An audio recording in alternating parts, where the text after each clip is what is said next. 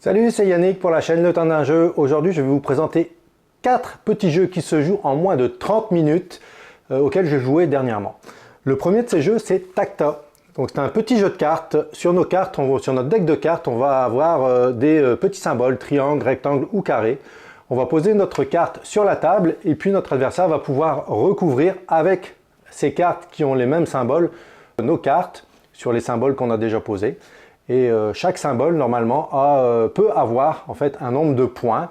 Quand nos points sont recouverts, c'est des points qu'on a perdus, puis notre adversaire va peut-être en faire plus que nous. Donc à la fin de la partie, celui qui aura le plus de points découverts sur la table, eh bien, aura gagné la partie, tout simplement. Le deuxième jeu que je vous présente, c'est Légion. Donc pour ceux qui connaissent Abyss, l'univers d'Abyss de Bruno Cathala, ça se passe dans l'univers d'Abyss.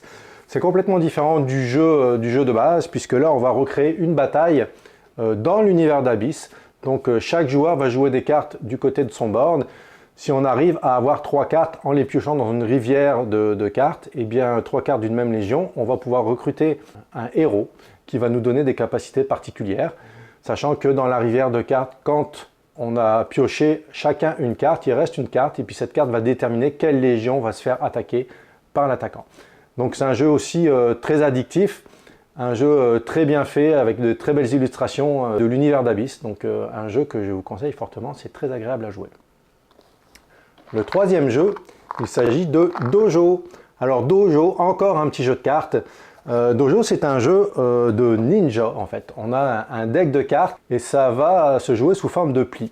Donc on a 3 couleurs dans ces cartes. On va jouer une carte et on va jouer une deuxième carte qui va se jouer en dessous. Puis pour chaque pli, en fait pour chaque couleur qui a été jouée, celui qui a la valeur la plus haute va ramasser la pli.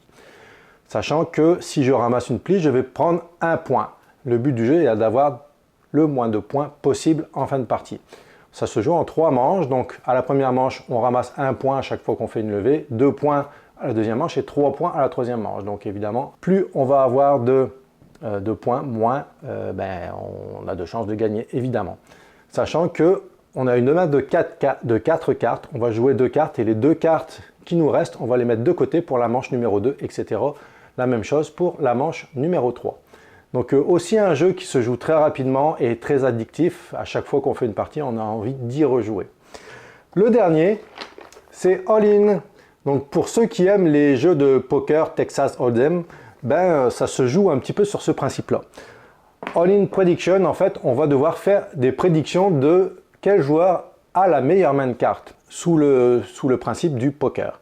Donc on a une rivière de cartes, on va pouvoir échanger des cartes avec cette rivière de cartes pour faire sa main. Évidemment, on voit ce que les adversaires prennent aussi. Et si on estime à un moment donné avoir la meilleure main, on va pouvoir dire all-in. Et puis là, on va vérifier si effectivement on a la meilleure main de cartes. Ceux qui ont la meilleure main de cartes vont ramasser des points et puis celui qui a le plus de points à la fin de la partie a gagné la partie. Donc c'était les 4 petits jeux de moins de 30 minutes que j'ai découverts dernièrement que je voulais vous présenter. Je vous dis à la prochaine fois. Salut!